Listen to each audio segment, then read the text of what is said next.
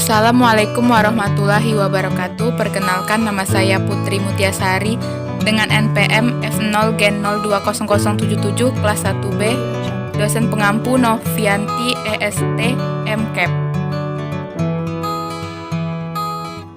Baik, di sini saya akan menjelaskan tentang sistem pencernaan pada manusia. Apakah yang dimaksud dengan sistem pencernaan makanan? Sistem pencernaan makanan adalah suatu proses mengubah makanan dari ukuran yang besar menjadi ukuran yang lebih kecil dan halus. Sistem pencernaan makanan juga dapat diartikan suatu proses memecah molekul makanan yang kompleks menjadi yang sederhana menggunakan bantuan enzim-enzim dan organ-organ pencernaan.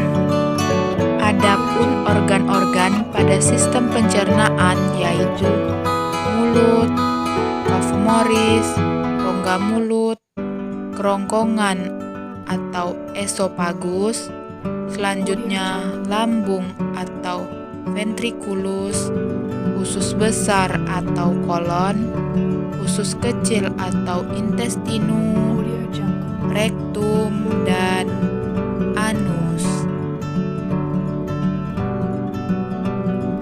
Organ-organ yang membantu dalam sistem pencernaan yaitu kelenjar ludah yang terdapat pada kafum oris, hati, dan pankreas. Yang pertama yaitu mulut atau kafum oris dan rongga mulut. Pada saat makanan masuk ke dalam rongga mulut, makanan akan dihancurkan oleh beberapa gigi. Gigi terdiri dari 4 macam yaitu gigi seri, gigi taring, gigi geraham depan, dan gigi geraham belakang. Gigi seri berfungsi untuk memotong dan menggigit makanan. Gigi taring berfungsi untuk mengoyak-ngoyak makanan, dan gigi geraham depan belakang berfungsi untuk mengunyah makanan.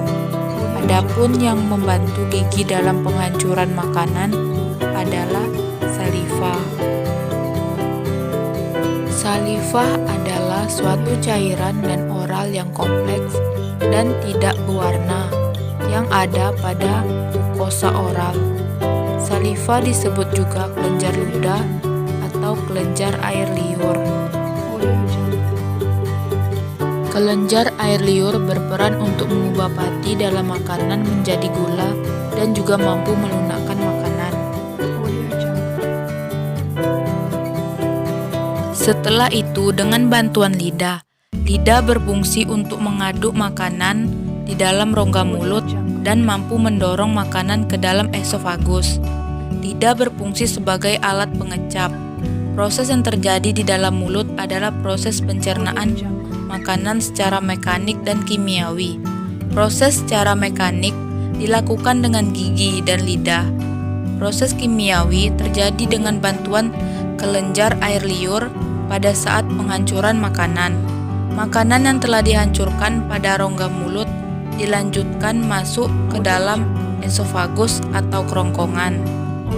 Kerongkongan merupakan saluran penghubung antara mulut dengan lambung. Otot kerongkongan dapat berkontraksi secara bergelombang sehingga mendorong makanan masuk ke dalam lambung. Gerakan yang terjadi dalam kerongkongan ini disebut dengan gerakan peristaltis.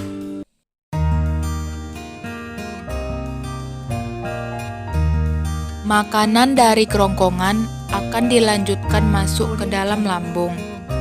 Lambung atau ventriculus adalah kantung besar yang terletak di sebelah kiri rongga perut, sebagai tempat terjadinya sejumlah proses pencernaan. Lambung terdiri dari 3 bagian: lambung atas kartia, bagian tengah fundus, dan bagian bawah pilorus. Di dalam lambung terjadi gerakan mengaduk-ngaduk makanan. Dinding lambung mengandung sel kelenjar yang menghasilkan getah lambung. Getah lambung mengandung asam lambung yang berfungsi membunuh kuman, penyakit atau bakteri pada makanan, dan berfungsi mengaktifkan pepsinogen menjadi pepsin. Pepsin berfungsi memecah protein menjadi pepton. Adapun enzim yang membantu juga yaitu enzim renin yang berfungsi menggumpalkan kasein yang terdapat dalam susu. Enzim renin dan pepsin menuju ke dalam lambung, terjadinya proses kimiawi. Selanjutnya akan diteruskan ke dalam usus halus atau intestinov. Usus halus merupakan tempat penyerapan sari-sari makanan dan tempat terjadinya proses pencernaan paling panjang. Usus halus terdiri dari 3 bagian: usus 12 jari duodenum, usus kosong itu jedenum, usus penyerapan lilenium. Pada usus 12 jari bermuara pada saluran getah pankreas dan saluran empedu. Selanjutnya yaitu hati. Empedu dihasilkan oleh hati dan ditampung dalam katup empedu. Dari empedu akan dialirkan ke usus 12 jari empedu, mengandung garam empedu dan zat warna bilirubin. Garam empedu berfungsi mengemulsikan lemak dan zat warna empedu bilirubin, memberikan ciri warna coklat pada feses atau pankreas. Pankreas menghasilkan getah pankreas yang mengandung beberapa enzim. Enzim amilopsin atau amilase pankreas, enzim stepsin atau lipase pankreas, dan enzim tripsinogen yang akan diaktifkan menjadi tripsin. Adapun enzim-enzim yang berfungsi untuk menghancurkan makanan pada usus halus yaitu enzim maltase, enzim laktase, enzim sukratase, enzim tripsin, dan enzim enterokinase.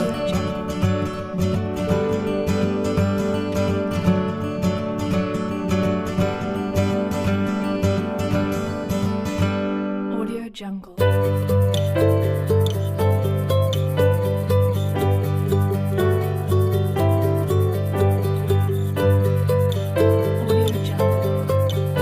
Makanan-makanan yang telah dicerna dan sekarang siap untuk diserap ke dalam darah. Penyerapan sari-sari makanan dilakukan dalam usus penyerapan atau ileum. Pada dinding usus penyerapan terdapat villi atau jonjot-jonjot usus yang berfungsi memperluas daerah penyerapan usus halus, sehingga sari-sari makanan diserap lebih banyak dan cepat. Dinding-dinding villi mengandung kapiler darah dan kapiler limfe, glukosa, asam amino, vitamin, dan mineral. Setelah diserap oleh unsur halus melalui kapiler darah akan dibawa oleh darah melalui pembuluh vena porta hepar ke hati. Dari hati ke jantung kemudian diedarkan ke seluruh tubuh bersamaan dengan sel-sel darah merah.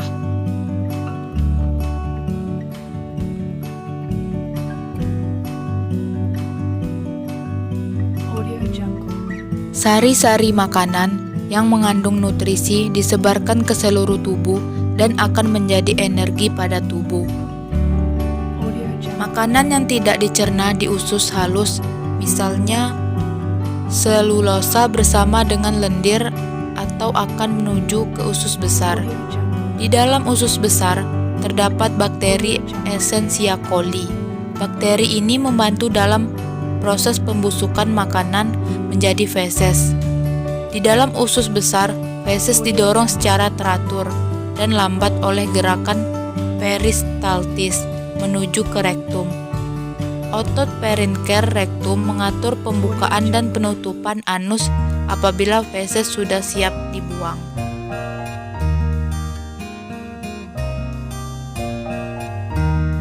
Sekian dari video saya ucapkan terima kasih. Jangan lupa ditonton, di like, dan di subscribe ya. Wassalamualaikum warahmatullahi wabarakatuh.